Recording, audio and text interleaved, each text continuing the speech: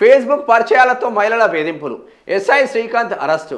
Social media ద్వారా మహిళలతో పరిచయాలు పెంచుకున్న ఎస్ఐ లైంగిక వేధింపులు, బెదిరింపులు, డబ్బుల వసూలు ఆరోపణలు. 4 నెలలు పరారీలో ఉన్న నిందితుడు నిజామాబాద్లో అరెస్టు. కోర్టు 14 రోజుల రిమాండ్ విధింపు. మరో కేసు కూడా వెలుగులోకి. మొన్ననే శ్రీనివాసులు రెడ్డి అని వాడు ఎడా జూబ్లీహిల్స్ ఠాణాలో సిఐగా పనిచేస్తాడు, ఈడు ఎస్ఐగా పనిచేస్తాడు. దిక్కుమల నా కొడుకులు తయారైన కాకి చొక్క కామంతో కళ్ళు మూసుకపోతున్నారు నాయన. కాకీలు కామంతో కళ్ళు మూసుకపోతున్నారు. కామంతో వీర్రవిగా వచ్చిన మహిళలను ట్రాప్లో వేసేసుకుంటున్నారు దరిద్రులు.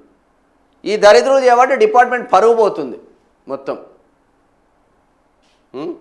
సమాజానికి రక్షణ కల్పించాల్సిన ఓ పోలీసు అధికారి సోషల్ మీడియాను అడ్డాగా మార్చుకొని మహిళలను లక్ష్యంగా చేసుకున్న ఘటన హన్మకొండలో వెలుగు చూసింది. ఫేస్బుక్ ద్వారా మహిళలతో పరిచయం పెంచుకొని లైంగిక వేధింపులు, బెదిరింపులు, డబ్బుల వసూళ్లకు పాల్పడిన సబ్ ఇన్స్పెక్టర్ కదిరే శ్రీకాంత్ను హన్మకొండ సుబేదారి పోలీసులు అరెస్టు చేశారు. కోర్టులో హాజరుపరచగా న్యాయస్థానం అతడికి 14 రోజుల రిమాండ్ విధించింది. ఫేస్బుక్ పరిచయమే ఉచ్చుగా.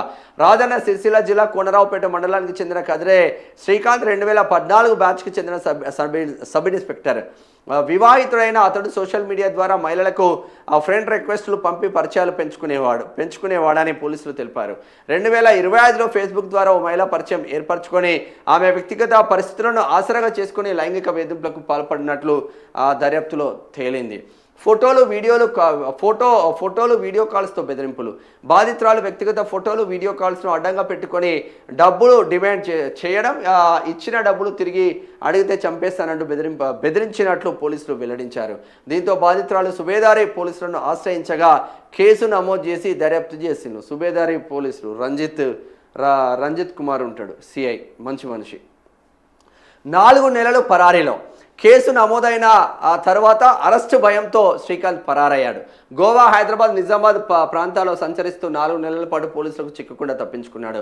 గుర్తించకుండా ఉండేందుకు సిమ్ కార్డులు ధ్వంసం చేసి కేవలం వైఫై ద్వారానే కమ్యూనికేషన్ సాగించినట్లు పోలీసులు తెలిపారు. సాంకేతిక ఆధారాలు, విశ్వసనీయ సమాచారంతో అతడిని నిజామాబాద్లో అరెస్టు చేసినట్టు సుబేదారి సిఐ రంజిత్ కుమార్ తెలిపారు.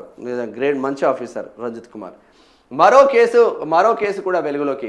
దర్యాప్తులో భాగంగా హైదరాబాద్కు చెందిన మరో యువతిని పెళ్లి చేసుకుంటానని నమ్మించి మోసం చేసి లైంగికంగా వేధించిన కేసు కూడా జగిత్యాల టౌన్ పోలీస్ స్టేషన్లో నమోదై ఉన్నట్లు పోలీసులు వెల్లడించారు. సోషల్ మీడియా పరిచయాల విషయంలో మహిళలు అప్రమత్తంగా ఉండాలని, అనుమానాస్పదంగా ప్రవర్తించే వ్యక్తులపై వెంటనే పోలీసులకు ఫిర్యాదు చేయాలని సూచించారు. ఇట్లా అనేక మంది పాడాయిలు. కొందరు అమ్మాయిలు చెప్పుకోలేకపోతున్నారు, కొందరు బయటికి చెప్తా ఉన్నారు. కామ కోరికలతో చెలరైగిపోతున్నారు ఈ మధ్యలో పోలీసులు.